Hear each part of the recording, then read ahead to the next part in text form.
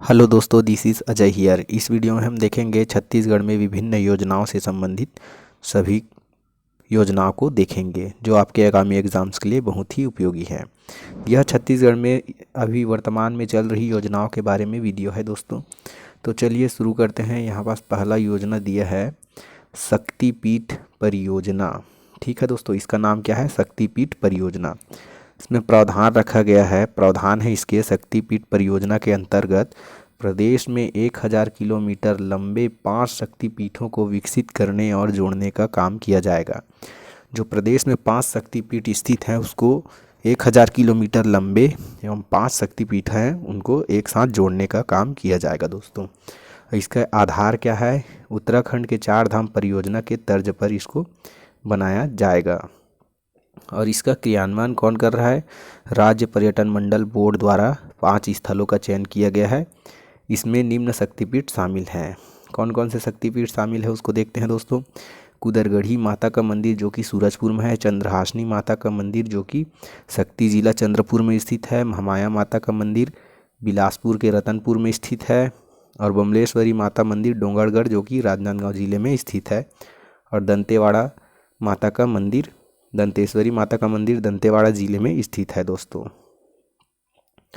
तो देखते हैं, ये 5 शक्तिपीठ शामिल है। कुदरगढ़ी माता का मंदिर जो कि सूरजपुर में स्थित है। कुदरगढ़ में माँ बमलेश्वरी का मंदिर 1500 फीट ऊंचाई पर स्थित है दोस्तों। वहीं चंद्रहासनी माता महानदी के तट पर माता का मंदिर है। यह राज्य के प्राचीन मंदिरों में से एक है। ठीक है। और रतनपुर में स्थित है महामाया माता जो कि बिलासपुर के रतनपुर में स्थित है। रतनपुर में स्थित माँ महामाया मंदिर का निर्माण 11वीं सदी में राजा रत्नदेव ने करवाया था, रत्नदेव प्रथम ने। ठीक है दोस्तों। और वहीं बमलेश्वरी माता जो कि डोंगरगढ़ में स्थित है, इनका माँ दुर्गा के शक्तिपीठों में से एक माँ बमलेश्वरी मंदिर का निर्माण 2200 साल पहले कराया गया था। और दंतेश्वरी माता का मंदिर दंतेवाड़ा जिले में है। इसको देश का 52वां शक्तिपीठ माना जाता है और इसका निर्माण 850 साल पहले राजा अन्नमदेव ने करवाया था दोस्तों। तो इसमें क्या है? शक्तिपीठ परियोजना के अंतर्गत क्या किया गया है? शक्तिपीठ परियोजना के अंतर्गत किया गया है 1000 किलोमीटर लंबे 5 शक्तिपीठों को विकास करने और उसको जोड़ने का काम किया जा रहा है। इसका आधार क्या रखा गया है? उत्तराखंड में 4 धाम परियोजना के तर्ज पर इसको बनाया जा रहा है। और इसका क्रियान्वयन राज्य पर्यटन मंडल बोर्ड द्वारा 5 स्थलों का चयन किया गया है। और वो स्थल क्या क्या है? कुदरगढ़ी माता का मंदिर जो सूरजपुर में है, चंद्रहासनी का मंदिर जो चंद्रपुर शक्ति जिले में है, और है रतनपुर में महामाया का मंदिर, माँ महामाया का मंदिर जो कि रतनपुर में स्थित है बिलासपुर जिले के, और वहीं बमलेश्वरी माता का मंदिर है डोंगरगढ़ में। और यह बमलेश्वरी का माता का मंदिर 2200 साल पुराना है दोस्तों। और वहीं दंतेश्वरी माता का मंदिर है दंतेवाड़ा जिला में। टोटल 5 मंदिरों को इस योजना में शामिल किया गया है शक्तिपीठ योजना में। नेक्स्ट योजना देखते हैं। नेक्स्ट योजना दिया गया है महतारी वंदन योजना। महतारी वंदन योजना दोस्तों जो महिला सशक्तिकरण को बढ़ावा देने के लिए इसको लागू किया गया है। महतारी वंदन योजना, इसका उद्देश्य क्या था? महिला सशक्तिकरण को बढ़ावा देने हेतु इस योजना को 1 मार्च 2024 में लागू किया गया और इसका क्रियान्वयन संपूर्ण छत्तीसगढ़ में है। इसके लिए पात्रता क्या होगी? किस किस को यह महतारी वंदन योजना का लाभ मिलेगा उसको देखते हैं। विवाहित महिला, विधवा, तलाकशुदा, परित्यक्ता महिलाएं पात्र होंगी। ठीक है। और राज्य का स्थानीय निवासी होना चाहिए और आयु जो है 1 जनवरी 2024 की स्थिति में 21 वर्ष पूर्ण होनी चाहिए। ठीक है दोस्तों। और इसके लिए अपात्रता क्या है? ये अपात्रता क्या है इसको देखना बहुत ज़रूरी है दोस्तों। अपात्रता क्या है? परिवार का कोई भी सदस्य आयकरदाता हो तो वह अपात्र होंगे। राज्य एवं केंद्र सरकार के शासकीय विभाग, उपक्रम, मंडल या फिर किसी भी नौकरी में अधिकारी या कर्मचारी हैं तो वह अपात्र होंगे। परिवार का कोई भी सदस्य वर्तमान अथवा भूतपूर्व सांसद या विधायक हो तो अपात्र होंगे। परिवार का कोई भी सदस्य भारत सरकार अथवा राज्य, बोर्ड, निगम, मंडल के वर्तमान एवं पूर्व अध्यक्ष या उपाध्यक्ष हों तब यह अपात्र होंगे। ठीक है। और इसके तहत हितग्राही को दी जाने वाली सहायता क्या है? पात्र महिला को 1000 रुपये प्रति माह भुगतान किया जाएगा डीबीटी के माध्यम से, सीधा बैंक अकाउंट में उसके खाते में 1,000 रुपये प्रति माह जाएगा। 1,000 रुपये प्रति माह के हिसाब से देखा जाए तो एक वर्ष में 12,000 रुपये उनके अकाउंट में जाएगा। ठीक है दोस्तों। अंतरराष्ट्रीय सामाजिक सहायता कार्यक्रम या विभिन्न पेंशन योजनाओं में पेंशन प्राप्त करने वाली महिलाओं को 1,000 रुपये से कम पेंशन राशि प्राप्त होने से शेष अंतर की राशि का भुगतान भी किया जाएगा। प्रथम किस्त जारी कब किया गया था? प्रथम किस्त जारी किया गया था 10 मार्च 2024 को नरेंद्र मोदी द्वारा वर्चुअल शुभारंभ करके। ठीक है। और इसके लाभार्थी हैं, इसको आप लोग याद करके रखिएगा, 70,12,417 लाभार्थी हैं महतारी वंदन योजना के। इसके तहत 1,000 रुपये प्रति वर्ष प्रति माह दिया जाता है। वर्ष में देखा जाए तो 12,000 रुपये। और इसका शुभारंभ किया गया था 1 मार्च 2024 को। और इसका उद्देश्य क्या है? महिला सशक्तिकरण को बढ़ावा देना इसका उद्देश्य है। ठीक है दोस्तों। नेक्स्ट देखते हैं नियद नेल्लार योजना। यह छत्तीसगढ़ का बहुत चर्चित योजना है दोस्तों, नियद नेल्लार योजना। इसका शाब्दिक अर्थ होता है आपका अच्छा गांव। नियद नेल्लार योजना का शाब्दिक अर्थ होता है आपका अच्छा गांव। यह दंडामी बोली है। इसकी घोषणा 15 फरवरी 2024 को किया गया था। 15 फरवरी 2024 इसकी घोषणा कब किया गया? 15 फरवरी 2024। और नियद नेल्लार योजना का शाब्दिक अर्थ क्या होता है? आपका अच्छा गाँव। दंडामी बोली है दोस्तों यह। इसका उद्देश्य क्या है? इसका उद्देश्य देखना है दोस्तों। इसका उद्देश्य क्या है? बस्तर क्षेत्र में सुरक्षा शिविरों के 5 किलोमीटर के दायरे में स्थित गांवों को 25 से अधिक सुविधाएं एवं लाभ प्रदान करना इसका मुख्य उद्देश्य है। क्या है? बस्तर क्षेत्र में सुरक्षा शिविरों के 5 किलोमीटर के दायरे में स्थित गांवों को 25 से अधिक सुविधाएं एवं लाभ प्राप्त करना। ठीक है, लाभ प्रदान करना इसका मुख्य उद्देश्य है।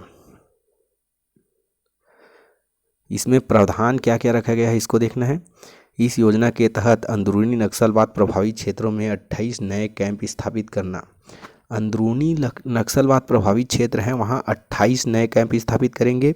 इन क्षेत्रों में प्रत्येक कैंप के आसपास में कुल 5 गांवों का चयन किया गया है। ठीक है दोस्तों। शासन के कल्याणकारी एवं विकास योजनाओं के अंतर्गत 25 से अधिक मूलभूत संरचना एवं सुविधाएं उपलब्ध कराई जा रही है। इन मूलभूत संसाधनों में आवास, अस्पताल, पानी, बिजली, सड़क आदि शामिल हैं। ठीक है दोस्तों। पुल निर्माण वगैरह वगैरह सब शामिल है। और संचालित जिले हैं, कौन कौन से जिलों में इसको संचालित किया गया है? बीजापुर, नारायणपुर, सुकमा, दंतेवाड़ा एवं कांकेर। बस्तर एवं कोंडागांव को शामिल नहीं किया गया है। तो इसमें कौन कौन से नियद नेल्लार योजना में कौन कौन से जिलों को शामिल किया गया है? कौन कौन से जिलों को शामिल किया गया है? कांकेर को शामिल किया गया है, बीजापुर को शामिल, नारायणपुर को शामिल किया गया है, बीजापुर को शामिल किया गया है, कोंडागांव को शामिल नहीं किया गया है और दंतेवाड़ा को शामिल किया गया है, लेकिन इसमें बस्तर को शामिल नहीं किया गया है। ठीक है दोस्तों। नेक्स्ट क्वेश्चन देखते हैं।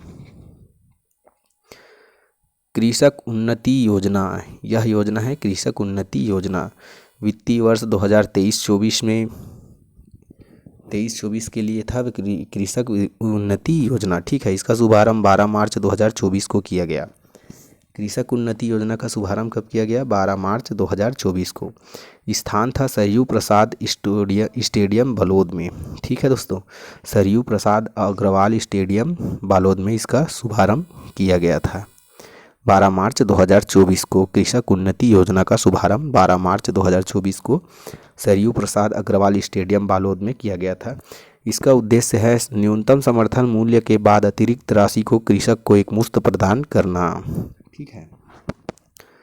वहीं एमएसपी था भारत सामान्य धान का 2183 रुपये प्रति कुंटल और ग्रेड ए धान का था 2203 रुपये प्रति कुंटल। इसमें कहा गया था प्रति एकड़ धान खरीदी 21 कुंटल होगा और प्रति कुंटल धान का मूल्य 3100 रुपये देय होगा। ठीक है दोस्तों। प्रति एकड़ धान खरीदी 21 कुंटल और प्रति क्विंटल धान का मूल्य होगा 3100 रुपया। लाभान्वित हुए थे 24.72 लाख किसानों को 13,320 करोड़ आदान सहायता के रूप में सीधे उनके बैंक खातों का अंतरित की गई। ठीक है दोस्तों। कृषक उन्नति योजना, इसका शुभारंभ कब किया गया था? 12 मार्च 2024 में। कहाँ किया गया था? सरयू प्रसाद अग्रवाल स्टेडियम बालोद में। इसमें क्या कहा गया है? प्रति एकड़ धान की खरीदी 21 कुंटल की जाएगी और प्रति कुंटल धान का मूल्य दिया जाएगा 3100 रुपये। नेक्स्ट योजना दिया गया है छत्तीसगढ़ शहीद वीर नारायण सिंह श्रम योजना। छत्तीसगढ़ शहीद वीर नारायण सिंह श्रम योजना, इसका क्रियान्वयन श्रम विभाग छत्तीसगढ़ शासन द्वारा किया गया है। छत्तीसगढ़ शहीद वीर नारायण सिंह श्रम अन्न योजना, ठीक है, श्रम अन्न योजना, इसका क्रियान्वयन श्रम विभाग छत्तीसगढ़ शासन द्वारा किया गया है। इसका मुख्य उद्देश्य है, इस योजना के तहत राज्य में पंजीकृत श्रमिकों को गर्म एवं पौष्टिक भोजन न्यूनतम दर पर उपलब्ध कराया जाएगा। ठीक है दोस्तों, इसमें क्या किया जाएगा? इस योजना के तहत पंजीकृत श्रमिकों को गर्म एवं पौष्टिक भोजन न्यूनतम दर पर उपलब्ध कराया जाएगा। ठीक है, इसके प्रावधान हैं, निर्माण श्रमिकों को चयनित स्थलों पर भोजन 5 रुपये की दर से दिया जाएगा, असंगठित श्रमिकों को भोजन 5 रुपये की दर से दिया जाएगा और संगठित एवं पंजीकृत श्रमिकों को भोजन 10 रुपये की दर से दिया जाएगा। ठीक है दोस्तों, तो छत्तीसगढ़ शहीद वीर नारायण सिंह अन्न योजना का क्या है? उसका मुख्य उद्देश्य भोजन न्यूनतम दर पर उपलब्ध कराना, श्रमिकों को गर्म एवं पौष्टिक भोजन न्यूनतम दर पर उपलब्ध कराना इसका मुख्य उद्देश्य है। न्योता भोज योजना, अब देखते हैं दोस्तों न्योता भोज योजना से योजना को इसका शुभारंभ किया गया था 21 फरवरी 2024 को। न्योता भोज योजना का शुभारंभ किया गया था 21 फरवरी 2024 को। अवसर कौन सा था? मुख्यमंत्री विष्णुदेव साय जी के जन्मदिवस के अवसर पर इसको न्योता भोज योजना को प्रारंभ किया गया था 21 फरवरी 2024 को। स्थान है आश्रम शाला ग्राम बगिया जसपुर। ठीक है, संचालन शालाएँ विकास समिति के द्वारा इसका संचालन किया गया था। इसके अंतर्गत प्रधानमंत्री पोषण शक्ति योजना शामिल था। उद्देश्य क्या है? स्कूल के बच्चों को स्वादिष्ट और पौष्टिक पोषण युक्त भोजन परोसना इसका मुख्य उद्देश्य है। बच्चों को दिए जा रहे खाने में पोषक मूल्यों को वृद्धि करना भी इसका मुख्य उद्देश्य है। सभी समुदाय के बच्चों को समानता की भावना विकसित करना। शालेय विकास समिति द्वारा इसका संचालन किया जा रहा है और इसमें प्रावधान है, न्योता भोज समुदाय के समक्ष लोगों द्वारा विभिन्न अवसरों जैसे जन्म दिवस, वर्षगांठ, राष्ट्रीय एवं राजकीय पर्व आदि में विशेष अवसरों पर स्कूली बच्चों को पौष्टिक भोजन उपलब्ध करा सकेंगे। ठीक है, इससे संबंधित नोट दिया गया है। मध्याह्न भोजन के तहत केवल दाल, चावल व सब्जी परोसी जाती थी। कोई भी व्यक्ति, संगठन या फिर समाज के लोग सरकारी स्कूलों में न्योता भोज दे सकेंगे। ठीक है दोस्तों, न्योता भोज दे सकेंगे अब स्कूलों में। दानदाता स्कूली बच्चों को मौसमी फल, बिस्किट, हलवा, मिठाई आदि का भी वितरण कर सकते हैं। इसके तहत ऐसा प्रावधान रखा गया है। यह कौन सा योजना है? यह है न्योता भोज योजना। इसका शुभारंभ 21 फरवरी 2024 को किया गया था श्री विष्णुदेव साय के जन्मदिन के अवसर पर। ठीक है दोस्तों, नेक्स्ट देखते हैं दीनदयाल उपाध्याय भूमिहीन कृषि मजदूर योजना। दीनदयाल उपाध्याय भूमिहीन कृषि मजदूर योजना, इससे यह पता चल रहा है कि जिस कृषक के पास भूमि नहीं है उसके लिए यह योजना लागू किया गया है, दीनदयाल उपाध्याय भूमिहीन कृषक या फिर कृषि मजदूर योजना। ठीक है, इसका पूर्ण नाम था राजीव गांधी ग्रामीण भूमिहीन कृषि मजदूर योजना। इसका पूर्व नाम था राजीव गांधी ग्रामीण भूमिहीन कृषि मजदूर योजना पूर्व नाम था। इसका नाम चेंज करके दीनदयाल उपाध्याय भूमिहीन कृषि मजदूर योजना रख दिया गया है। इसका उद्देश्य है राज्य के भूमिहीन कृषि मजदूरों को आर्थिक सहायता दिलाना। इसका उद्देश्य है भूमिहीन कृषकों को, मजदूरों को आर्थिक सहायता दिलाना।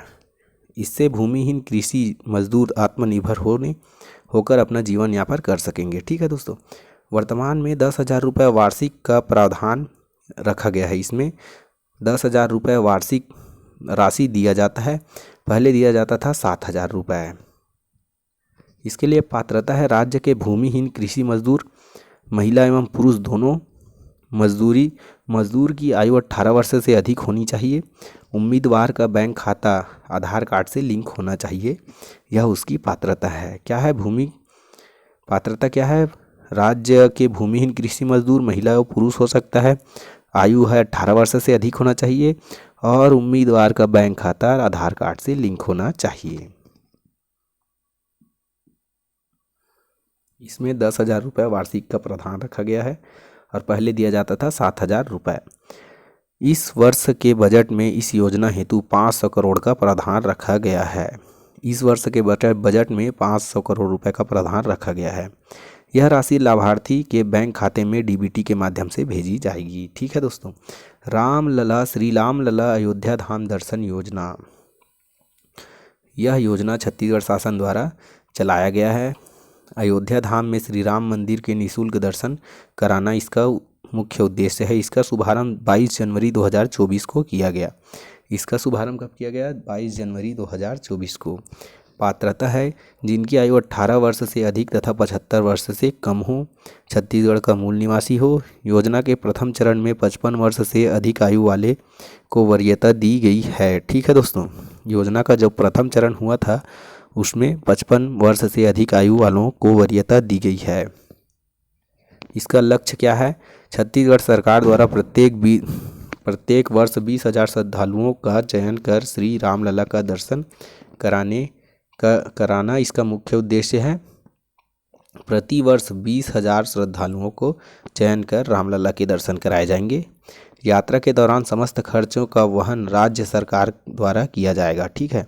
सभी खर्चों का वहन कौन करेगा? राज्य सरकार। लाभार्थी चिकित्सकीय रूप से पूर्णतः स्वस्थ होना चाहिए। ठीक है।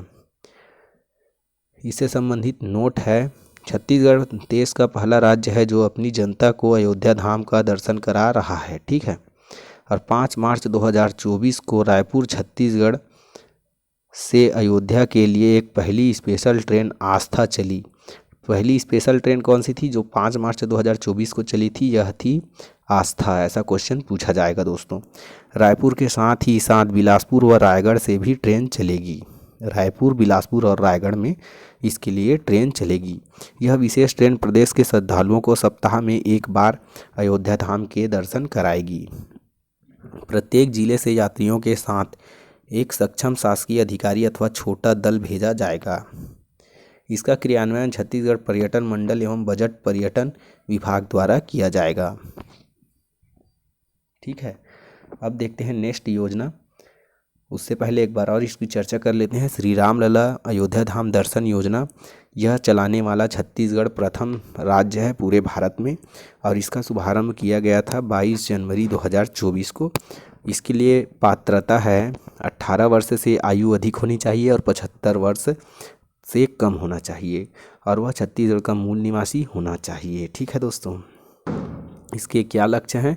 20,000 श्रद्धालुओं को चयन कर रामलला के दर्शन कराए जाएंगे प्रत्येक वर्ष। ठीक है। और समस्त खर्चों का वहन राज्य सरकार द्वारा किया जाएगा। और इसके लिए पहला ट्रेन चला था 5 मार्च 2024 को रायपुर छत्तीसगढ़ से अयोध्या के लिए पहली ट्रेन, जिसका स्पेशल ट्रेन था, यह इसका नाम था आस्था चला था दोस्तों।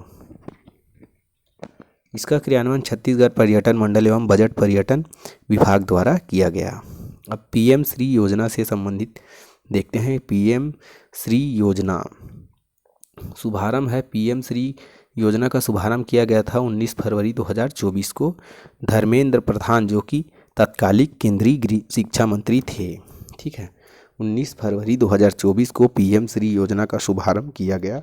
19 फरवरी 2024 पीएम श्री योजना का प्रारंभ कब किया गया? 19 फरवरी 2024। किसके द्वारा? धर्मेंद्र प्रधान शिक्षा मंत्री के द्वारा। उद्देश्य था क्या था?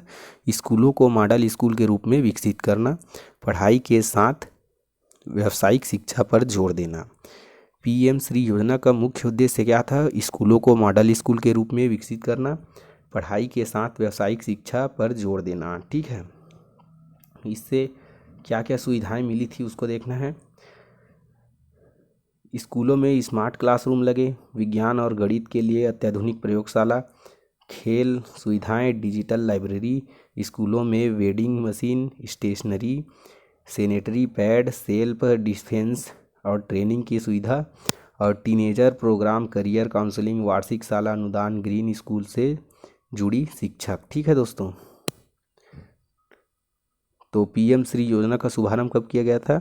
19 फरवरी 2024 को धर्मेंद्र प्रधान, जो कि शिक्षा मंत्री थे। इसका उद्देश्य क्या है? स्कूलों को मॉडल स्कूल के रूप में विकसित करना और पढ़ाई के साथ व्यावसायिक शिक्षा पर जोर देना। पीएम श्री योजना, इसका शुभारंभ 19 फरवरी 2024 को किया गया। श्री धर्मेंद्र प्रधान द्वारा इसका शुभारंभ किया गया था, जो कि शिक्षा मंत्री हैं। उद्देश्य था स्कूलों को मॉडल स्कूल के रूप में विकसित करना और पढ़ाई के साथ व्यावसायिक शिक्षा पर जोर देना।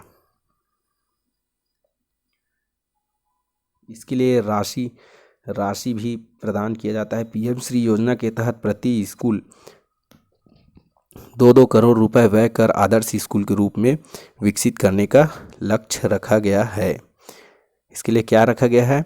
पीएम श्री योजना के तहत प्रति स्कूल को 2-2 करोड़ रुपए व्यय कर आदर्श स्कूल के रूप में विकसित करने का लक्ष्य रखा गया है। कितने करोड़ रुपए? 2-2 करोड़ रुपए। शामिल स्कूल हैं देश भर से 14,500 स्कूलों को अपग्रेड किया जाएगा। कितने स्कूलों को? देश भर के 14,500 स्कूलों को अपग्रेड किया जाएगा, जिसमें से छत्तीसगढ़ को 341 स्कूलों को अपग्रेड किया जाएगा। छत्तीसगढ़ से 341 स्कूलों को अपग्रेड किया जाएगा। प्रथम चरण में 211 हैं, 193 प्राथमिक स्तर के और 18 स्कूल हैं वह माध्यमिक स्तर के। द्वितीय चरण में 00 है। तृतीय चरण में 52 स्कूल और चौथा चरण में 78 कक्षा पहली से 12वीं तक के। ठीक है दोस्तों, इसको याद रखिएगा। देश भर के 14,500 स्कूलों को अपग्रेड किया जाएगा, जिसमें छत्तीसगढ़ के 341 स्कूल शामिल हैं। प्रथम चरण में 211, द्वितीय चरण में एक भी नहीं है, तीसरा चरण में 52 स्कूल हैं और चौथे चरण में है 78 स्कूल। ठीक है।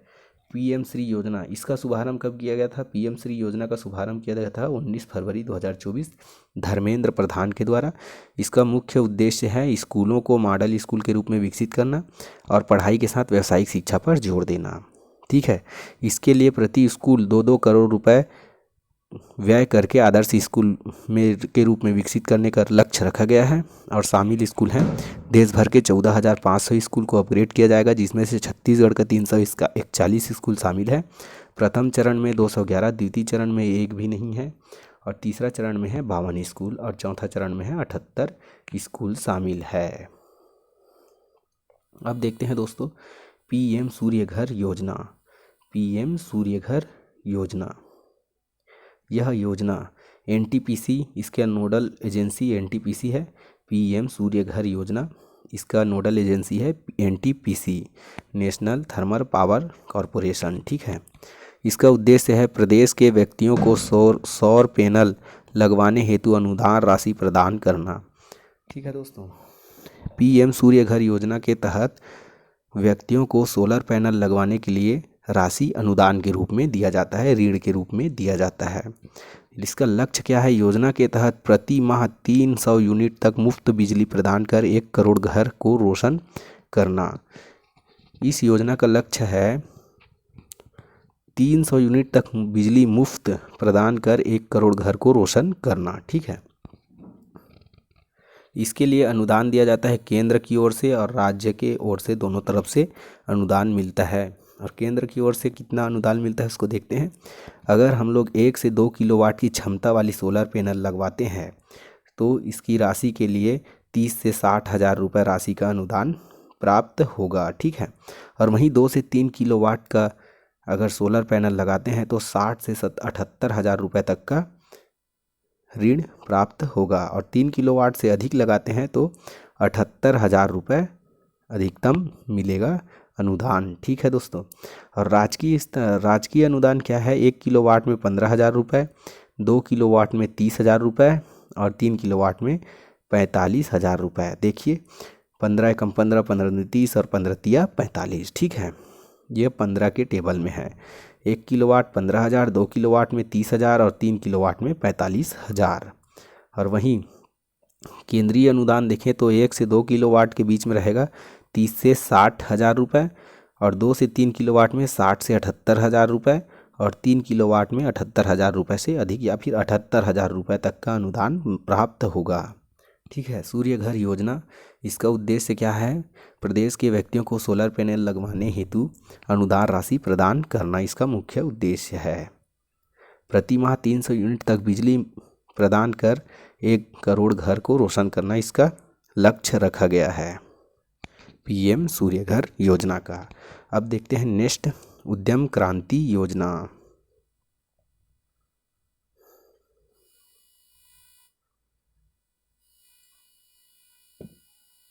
उद्यम क्रांति योजना, इसका प्रावधान है स्वरोजगार हेतु ब्याज मुफ्त ऋण प्रदान किया जाएगा। ऋण लेने पर लाभार्थी को कोई ब्याज अदा नहीं करना पड़ेगा। इसके लिए ऋण का सरकार द्वारा 50% सब्सिडी दी जाएगी। लाभार्थी को ऋण का केवल 50% धनराशि ही लौटानी होगी। लाभार्थी क्या हैं? राज्य के युवा हैं इसके लाभार्थी। उद्यम क्रांति योजना के लाभार्थी राज्य के युवा हैं। इसका नाम परिवर्तन हुआ था 15 जून 2015 में। 18 से 45 वर्ष के बीच के आयु वर्ग वाले ही इसके लिए पात्र हैं। न्यूनतम 8वीं पास उत्तीर्ण होना चाहिए। न्यूनतम 8वीं कक्षा उत्तीर्ण होना चाहिए और उम्र है 18 से 45 वर्ष के बीच होना चाहिए उम्र। इसका उद्देश्य है ऐसे युवा जो आर्थिक स्थिति कमज़ोर होने के कारण अपना स्वरोजगार शुरू नहीं कर पा रहे हैं, उन्हें आर्थिक सहायता प्रदान करने के लिए यह योजना संचालित की गई है। ठीक है दोस्तों, और आवेदक छत्तीसगढ़ का मूल निवासी होना चाहिए और लाभार्थी अपना स्वरोजगार शुरू करना चाहता हो।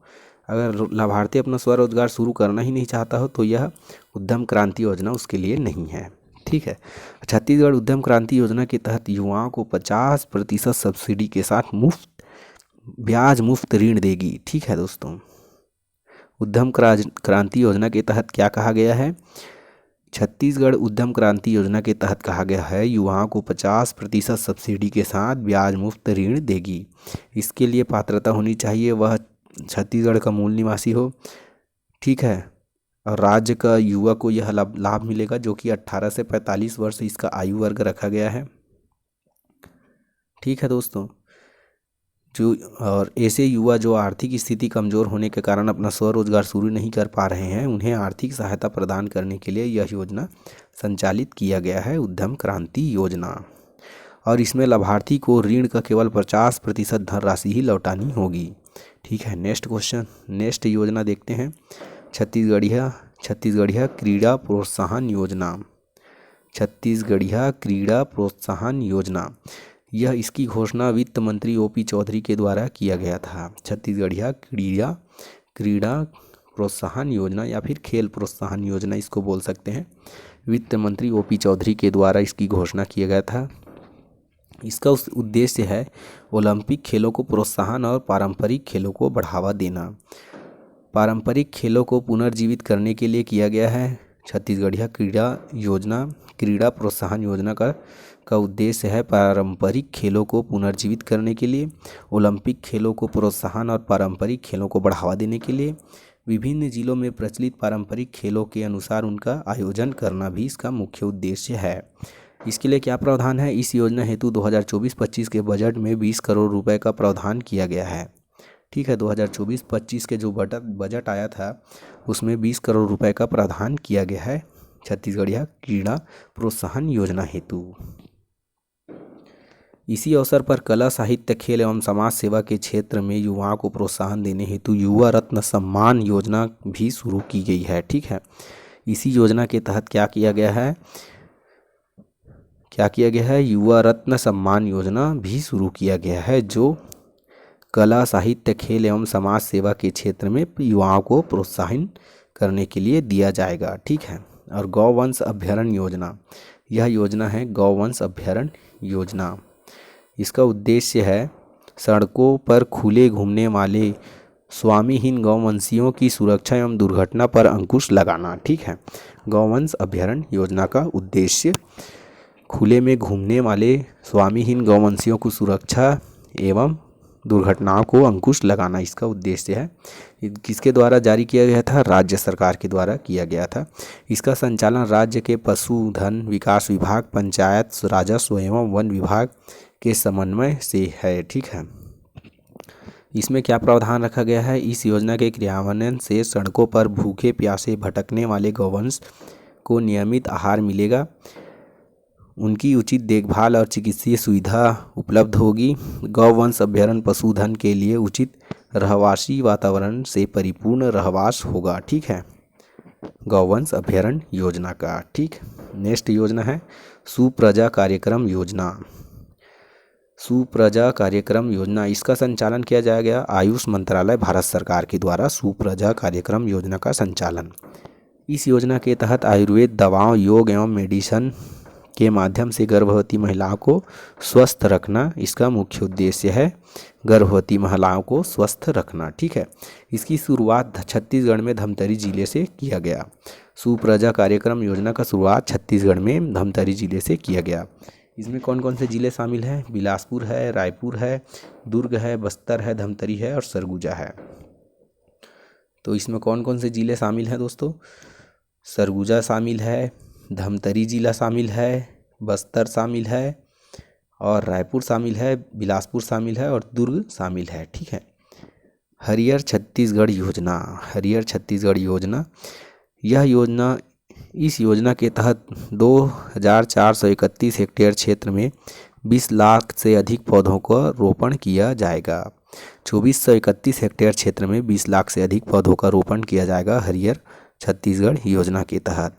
मिशन बी मधुमक्खी पालन योजना है। ठीक है, छत्तीसगढ़ में मानव हाथी द्वंद्व रोकने के लिए मिशन बी योजना का विस्तार 7 जिलों में किया जाएगा। ठीक है, मिशन बी योजना क्या है? इसमें मानव हाथी द्वंद्व रोकने के लिए मिशन बी योजना का विस्तार 7 जिलों में किया जाएगा। मिशन बी क्या है? मधुमक्खी पालन योजना है। नेक्स्ट योजना है मुख्यमंत्री तीर्थ दर्शन योजना। मुख्यमंत्री तीर्थ दर्शन योजना, पूर्व नाम है तीरथ बरत योजना। पहले इसका नाम था तीरथ बरत योजना, इसका नाम चेंज करके कर दिया गया है मुख्यमंत्री तीर्थ दर्शन योजना। प्रारंभ कब किया गया था? 4 दिसंबर 2012 में इसका प्रारंभ किया गया था। इसका उद्देश्य है वरिष्ठ नागरिकों एवं दिव्यांगजनों को देश भर के विभिन्न तीर्थ स्थलों पर निःशुल्क दर्शन कराया जाएगा। इस योजना के तहत 60 वर्ष या उससे अधिक आयु के व्यक्ति, दिव्यांगजन, विधवा एवं परित्यक्त महिलाएं इसके लाभार्थी होंगे।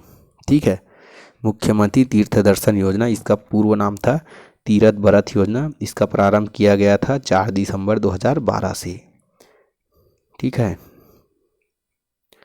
नेक्स्ट योजना दिया गया है शहीद वीर नारायण सिंह आयुष्मान स्वास्थ्य योजना। इसका प्रारंभ किया गया था 1 जनवरी 2020 से। शहीद वीर नारायण सिंह आयुष्मान स्वास्थ्य योजना, इसका पूर्व नाम था डॉक्टर खूबचंद बघेल स्वास्थ्य सहायता योजना। इसका पूर्व नाम था। लक्ष्य क्या है? स्वास्थ्य सुविधा उपलब्ध कराने हेतु इस योजना का स्टार्ट किया गया था 1 जनवरी 2020 में। इसका पूर्व नाम था खूबचंद बघेल स्वास्थ्य सहायता योजना। स्वास्थ्य सुविधा उपलब्ध कराना इसका लक्ष्य है। छत्तीसगढ़ राज्य में संचालित 5 योजना एवं एक अधिनियम का समावेश कर इस योजना का शुरुआत किया गया। कौन कौन सी योजना को सम्मिलित किया गया है? प्रधानमंत्री जन आरोग्य आयुष्मान योजना, राष्ट्रीय बाल स्वास्थ्य कार्यक्रम चिराणु योजना, मुख्यमंत्री स्वास्थ्य बीमा योजना, मुख्यमंत्री बाल हृदय सुरक्षा योजना, मुख्यमंत्री बाल श्रवण योजना और संजीवनी सहायता कोष अधिनियम। इन सभी को मिलाकर शहीद वीर नारायण सिंह आयुष्मान स्वास्थ्य योजना प्रारंभ किया गया 1 जनवरी 2020 से।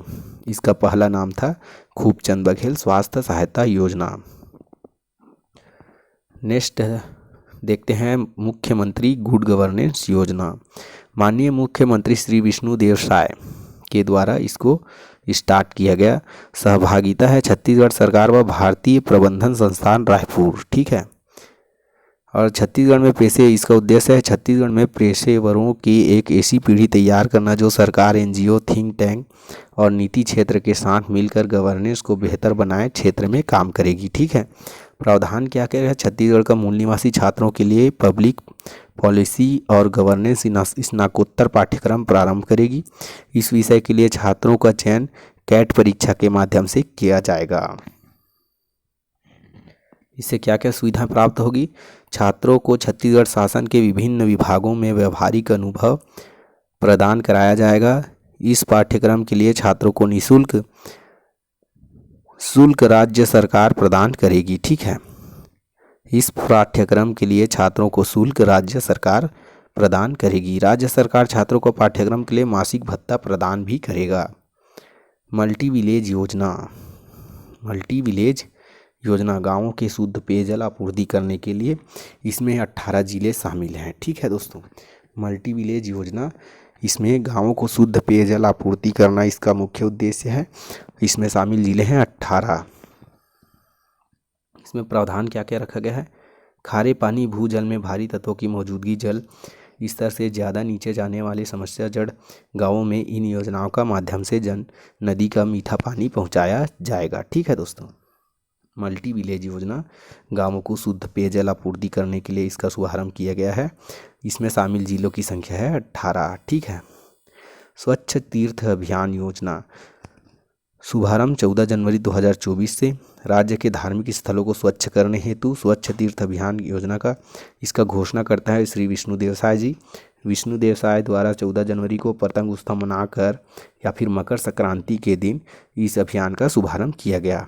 ठीक है, 14 से 21 जनवरी इसकी समयावधि थी और अवसर था मकर संक्रांति के अवसर पर। अटल बिहार योजना, अटल बिहार योजना, इसका शुभारंभ 9 दिसंबर 2024 को किया गया। अटल बिहार योजना, अटल बिहार योजना, इसका उद्देश्य क्या है? निकाय स्तर पर ज़रूरतमंदों को सस्ते मकान उपलब्ध कराना। ठीक है, अटल बिहार योजना का उद्देश्य है सस्ते ज़रूरतमंदों को सस्ते मकान उपलब्ध कराना। इस योजना के तहत 1650 मकान बनाए जाएंगे। ठीक है, अटल बिहार योजना के तहत 1650 मकान बनाए जाएंगे। इसमें अनुदान EWS भवनों को 80,000 रुपये और LIG भवनों को 40,000 रुपये अनुदान दिया जाएगा। तो अटल बिहार योजना का शुभारंभ किया गया था 9 दिसंबर 2024 को। ठीक है दोस्तों, यह योजना अटल बिहार योजना, इसका शुभारंभ 9 दिसंबर 2024 को किया गया। निकाय स्तर पर ज़रूरतमंदों को सस्ते मकान उपलब्ध कराना इसका उद्देश्य है और प्रावधान है इस योजना के तहत 1650 मकान बनाए जाएंगे। EWS के 80,000 और LIG के 40,000। ठीक है दोस्तों, नेक्स्ट वीडियो में मिलते हैं। तब तक के लिए आप हमारे चैनल को सब्सक्राइब कर दीजिएगा, वीडियो को लाइक कीजिएगा, ज़्यादा से ज़्यादा शेयर कर दीजिएगा। धन्यवाद।